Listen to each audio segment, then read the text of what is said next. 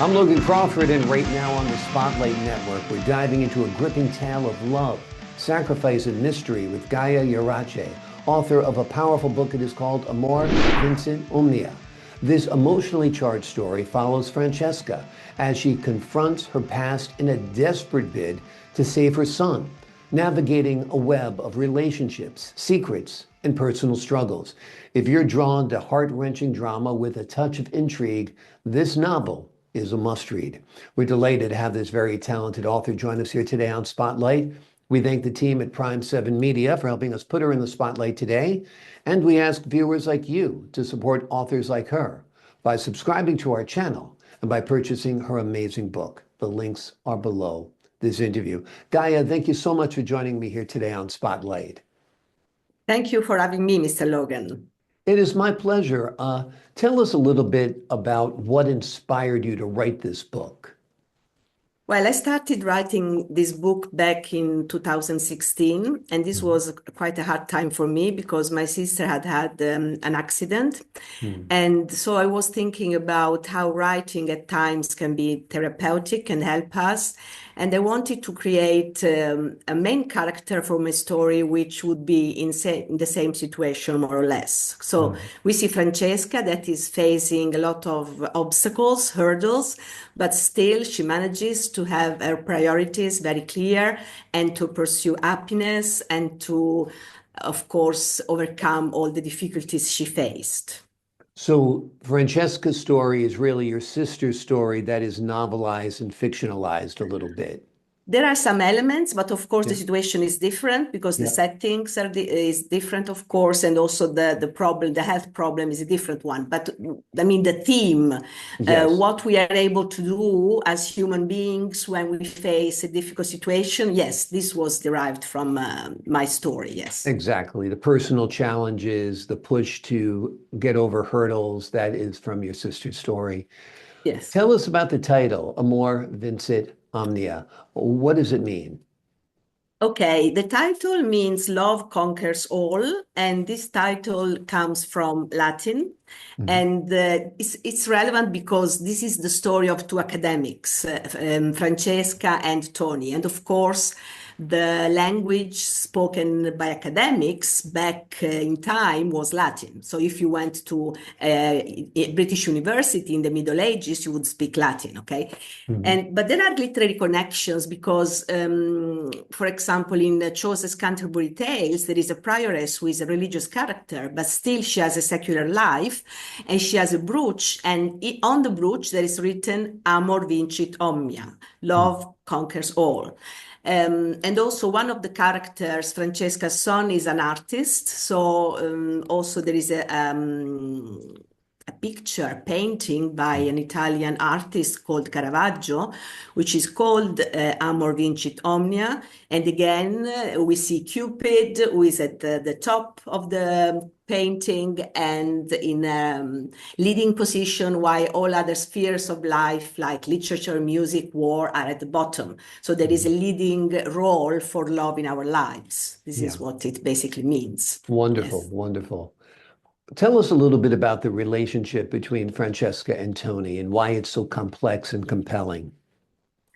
Well, they are two academics and they are two historians. Francesca is studying Etruscans and Tony is studying the Romans. And in fact, if we look back at history, these two tribes were enemies because the Etruscans were in Italy before the Romans, and they colored the world of the Romans because they brought colors like purple from the east, but then they were defeated. But in fact, in their lives, these two people are kindred spirits. They share more or less the same interests. They are passionate about the pasts. They are not very practical people, and they seem to be rooted in what they study. So that's why they are very much very good friends, let's say. And then there is an incident which puts them together, creates an even stronger bond between the two.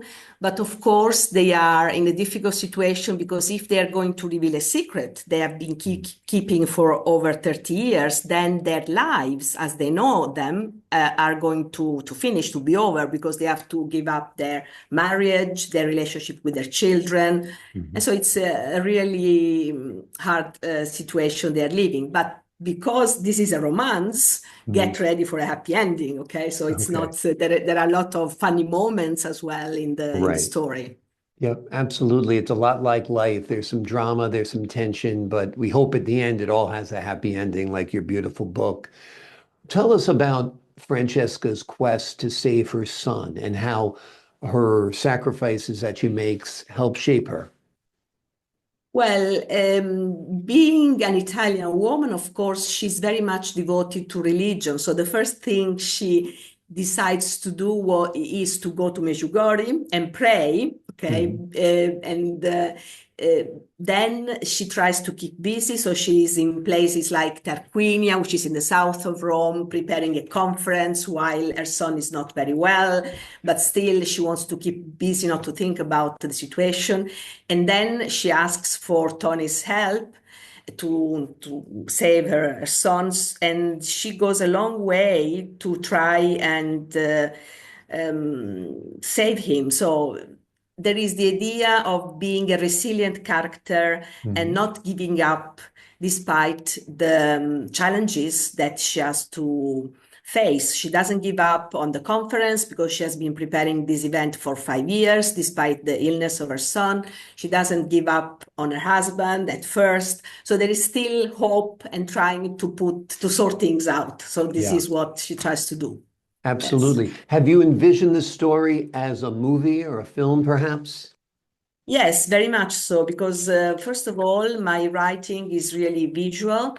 Hmm. And then, as I said before, these two characters are characters who have what we call a fatal flaw, because Tony is always with his head in the clouds, and Francesca is a perfectionist. She wants everything to be perfect. Hmm. And as you read the book, they evolve, so they change a lot. And this is what we are used to seeing when we watch a film. We want a character who is able to grow, to gain awareness, and to become more mature and able to face life. So this is what happens also in my story. And also, I think the genre romance is very popular because everybody wants to watch films and read stories that have a positive side.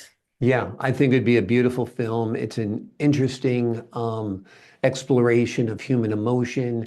And of course, there's actual intrigue as well, which makes it such a compelling story. Tell us a little bit about your writing career. Is this the first novel you've written? Tell us about it. No, I started as the author of children's literature. So I wrote books about Frankenstein and Dracula, and I took these very important Hmm. characters, myths, and changed them a bit. For example, there is a funny side to being a vampire, which is going to a blood bank, which looks like an ATM to get blood rather than sucking blood from people. And they are That's very funny. sociable people who organize parties, and the same with Frankenstein, that rather than being scary for kids, is the mascot in a children's school and quite a naive creature as well. So yes, I started with that. Then I also enjoy writing short stories, and I wrote a collection of short stories based on the Ten Commandments. And at the moment, I'm thinking of changing one of these story into a film. So I'm trying to Mm. write the screenplay for this short story. So we'll see Wonderful. what I happens. think the Frankenstein and vampire story would be a wonderful screenplay as well. I think it'd be so funny to Mm. look at the real life circumstances of somebody in that situation. One's made of body parts, the other one craves human blood. And I think that's really, really fantastic. So you've really got a creative spark. You've really tapped into your Italiana, the inner Italian in you, because obviously Italians are known for their great artistic ability. And art seems pervasive in your book. Caravaggio's work is part of it as well. How inspired are you? How influenced are you by artwork?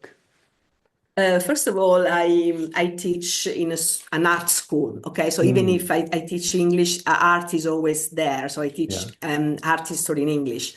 So there is this is something I really like, and there is a passion for Caravaggio as well, because I think paintings are really dynamic and very much authentic in terms of the emotions they express. Sometimes I think pictures and visuals are very, very helpful to convey emotions and feelings. And I really like using art in my books. In fact, one of the characters is an art expert. So, yes. Yes, Yeah. absolutely. Do you write in Italian and then translate, or do you write in English?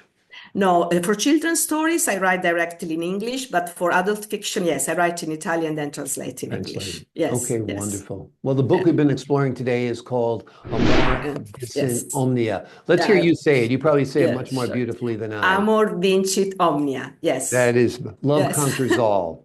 It is Yes. an emotionally charged story that follows Francesca as she confronts her past in a desperate bid to save her son, navigating a web rather of relationships, secrets, and personal struggles. If you love heart-wrenching drama with a touch of intrigue, this novel is a must-read, and we can't wait to see it turned into a film. Hollywood, we got a good one waiting for you. The story's all written. Gaia, thank you so much for joining me here today on Spotlight. It was a great pleasure. Thank you. Pleasure is all mine. To the folks at home, I'm Logan Crawford, thanking you for your time this time. Until next time on Spotlight.